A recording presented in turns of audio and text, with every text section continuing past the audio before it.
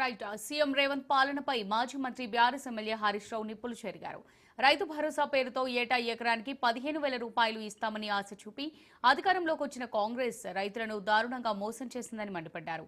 CM Revanth అధ్యక్షతన జరిగిన cabinet భేటీ రైతుల ఆశలను అడియాసలు చేసిందన్నారు. రైతు భరోసా పథకాన్ని రైతు గుండె కోతగా మార్చారంటూ తీవ్ర విమర్శలు చేశారు. మోసానికి పర్యాయ పదం రేవంత్ రెడ్డి అనే విషయం నగ్నంగా బయటపడిందని ట్వీట్ చేశారు.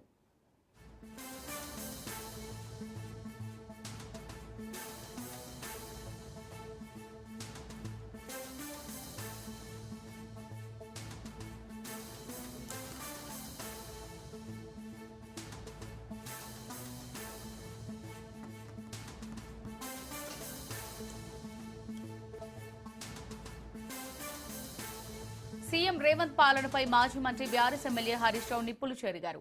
రైతు భరోసా పేరుతో ఏటా ఎకరానికి 15,000 రూపాయలు ఇస్తామని ఆశ చూపి అధికారంలోకి వచ్చిన కాంగ్రెస్ రైతులను దారుణంగా మోసం చేసిందని మండిపడ్డారు.